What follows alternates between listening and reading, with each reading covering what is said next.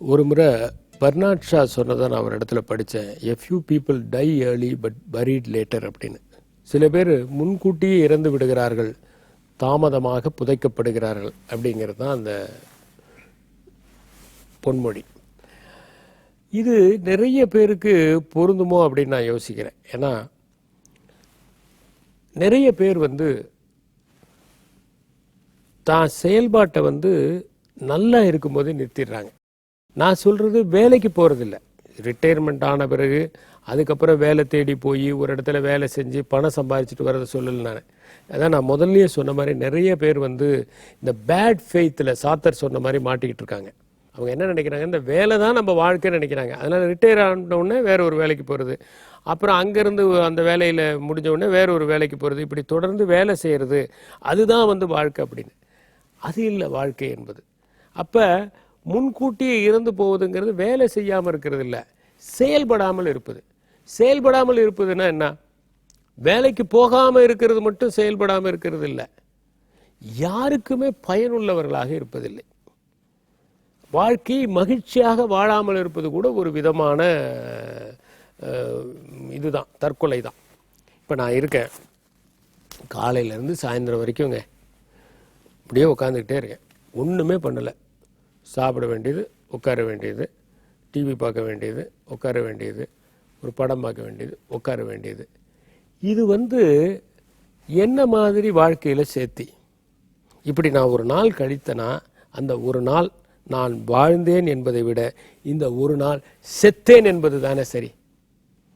இன்னைக்கு என் வாழ்க்கையில் என்ன பர்பஸ்? அட்லீஸ்ட் தோட்டத்தில் இருக்கிற 4 செடிக்கு தண்ணி ஊற்றினேன், ஏதோ ஒரு 4 பேருக்கு ஒரு லெட்ரு எழுதினேன், ஏதோ ஒரு 2 பேருக்கு ஏதோ என்னால் முடிஞ்ச ஒரு அட்வைஸ் பண்ணேன், ஒரு கவுன்சிலிங் பண்ணினேன். என்னுடைய வீட்டில் இருக்கிற யாராவது ஒரு குழந்தைக்கு ஒரு அட்டை போட்டிருக்கேன், புத்தகத்துக்கு அட்டை போட்டு கொடுத்துருக்கேன். அல்லது அது ஏதோ ஒரு மேப் ரீடிங் பண்ண சொல்லும்போது இந்த கண்ட்ரி பாரு, இங்கே இருக்குது பாரு, சென்னை, பெங்களூர், மேங்களூர் எல்லாம் ஒரே லைனில் இருக்கும் பாரு அப்படின்னு நான் சொல்லியிருந்தா கூட பரவாயில்ல. என்னுடைய வாழ்க்கை ஒரு பர்பஸோடு இருந்திருக்கு. அப்போ முன்கூட்டியே ஏன் இறந்து போகிறாங்க அப்படின்னா, அவங்க வாழ்க்கையில் எல்லாம் முடிஞ்சு போச்சு அப்படிங்கிற சலிப்பு, இனிமேல் நாம் எதுவுமே செய்ய வேண்டிய அவசியம் இல்லை என்கிற விரக்தி, அல்லது சோம்பேறித்தனமாக வாழ்வது தான் சொஃபஸ்டிகேஷன் நினச்சிக்கிறது. நிறைய பேர் சொகுசான வாழ்க்கைன்னா என்னென்னா சோம்பலான வாழ்க்கைன்னு நினச்சிட்டு இருக்காங்க. சோம்பலான வாழ்க்கை வேறு, சொகுசான வாழ்க்கை வேறு. சொகுசான வாழ்க்கைனா நிறைய வசதிகள் வைத்து கொண்டு அந்த வசதிகளை எதுக்கு பயன்படுத்துறதுனா, இன்னும் சொசைட்டிக்கு ஏதாவது பண்ண முடியுமா நினைக்கிறது தான் அந்த சொகுசான வாழ்க்கைக்கான நோக்கம். இப்போ ஒருத்தர் ஏர் கண்டிஷன் கம்பார்ட்மெண்ட்டில் இங்கேருந்து மதுரைக்கு போகிறாருன்னா என்ன அர்த்தம்னா, அவர் அடுத்த நாள் 18 மணி நேரம் 20 மணி நேரம் தொடர்ந்து பணியாற்ற வேண்டியிருக்கு. நாள் ஓய்வு எடுத்துக்கிட்டால் தான் அடுத்த நாள் ஒரு நிமிஷம் கூட ரெஸ்ட் எடுக்காமல் அவரால் உழைக்க முடியுங்கிறதுக்கு தான் அந்த சொகுசான வாழ்க்கை அவருக்கு அனுமதிக்கப்பட்டிருக்கு.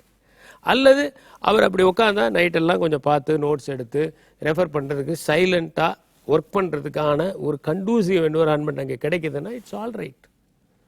அது சொகுசான வாழ்க்கை சோம்பலான வாழ்க்கைக்காக அல்ல. நிறைய பேர் என்னென்னா சோம்பலாக இருக்கிறது, அது எதுவுமே செய்யக்கூடாது. இன்னும் கொஞ்ச நாள் கழித்து தானாக ப்ரஷ் பண்ணிக்கிறதுக்கெலாம் கூட மெஷின் வந்துடும் நினைக்கிறேன். அந்த மெஷினை நீங்கள் பல்லில் வச்சிங்கன்னா அதுவே ப்ரஷ் பண்ணி விட்ரும், அதுவே காகல் பண்ணி விட்ரும்.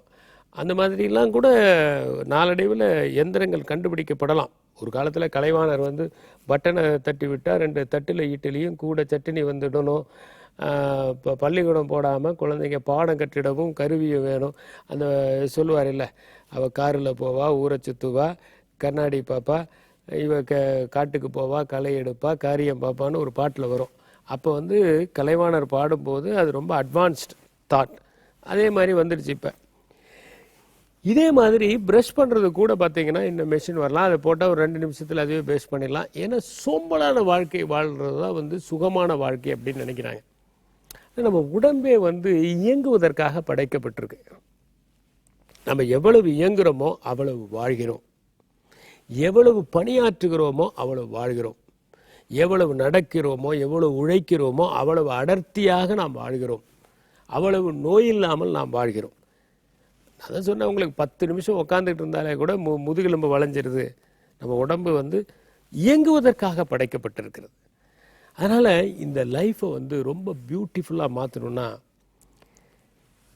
வாழ்நாள் முழுக்க ஒருவர் வந்து உழைத்து கொண்டும் வாழ்ந்து கொண்டும் பயனுள்ள வகையில் தன்னுடைய நேரத்தை செலவழித்து கொண்டும் இருப்பது தான்.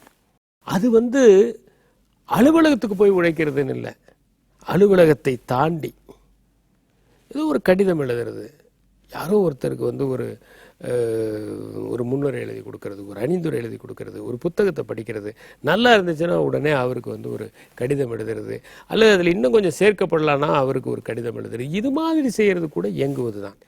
இயங்குகிறவர்கள் தான் உயிரோடு இருக்கிறார்கள். சோம்பலோடு இருப்பவர்கள் எல்லாம் ஏற்கனவே மரணத்தை தழுவியவர்கள் என்பதை மனத்தில் வைத்தால் சுறுசுறுப்பான வாழ்க்கையே சொகுசான வாழ்க்கை என்பதை புரிந்து கொள்வோம். நன்றி, வணக்கம்.